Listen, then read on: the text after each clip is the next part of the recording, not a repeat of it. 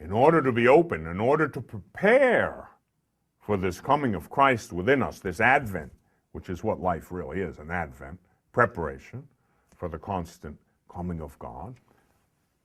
Be open to the Holy Spirit. Now, that mostly means reject sin.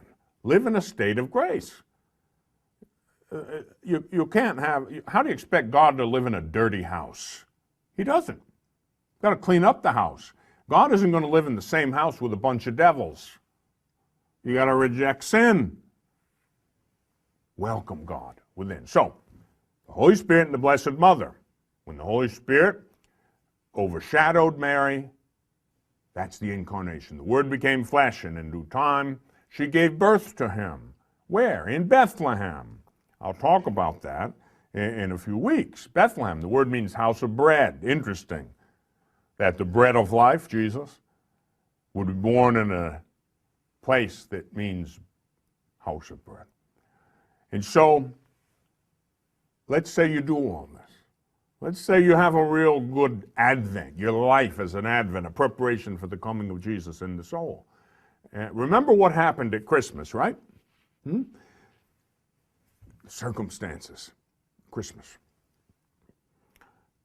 There was no room at the inn. Very often, when we're well disposed for grace, we receive grace, we live in grace. There's no room at the inn. The world rejects him. And very often they reject us. They reject Christian ideas. You don't believe it? Take a look at our own country in the United States.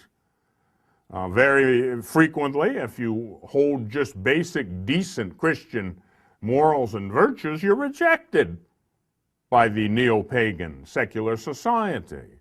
They look at you as though you're insane if something as outrageous as abortion bothers you.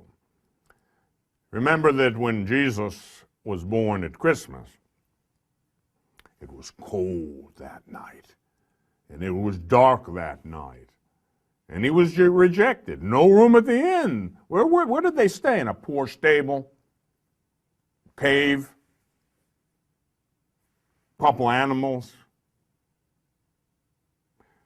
Don't be surprised that if you live a good, solid Catholic and Christian existence, filled with grace, trying to serve God and love God and know God, the world rejects you. And you suffer things. Jesus said, the servant is no different than his master.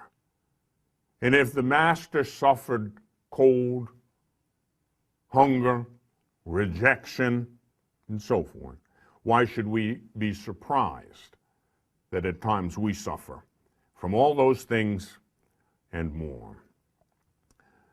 My dear friends, remember this.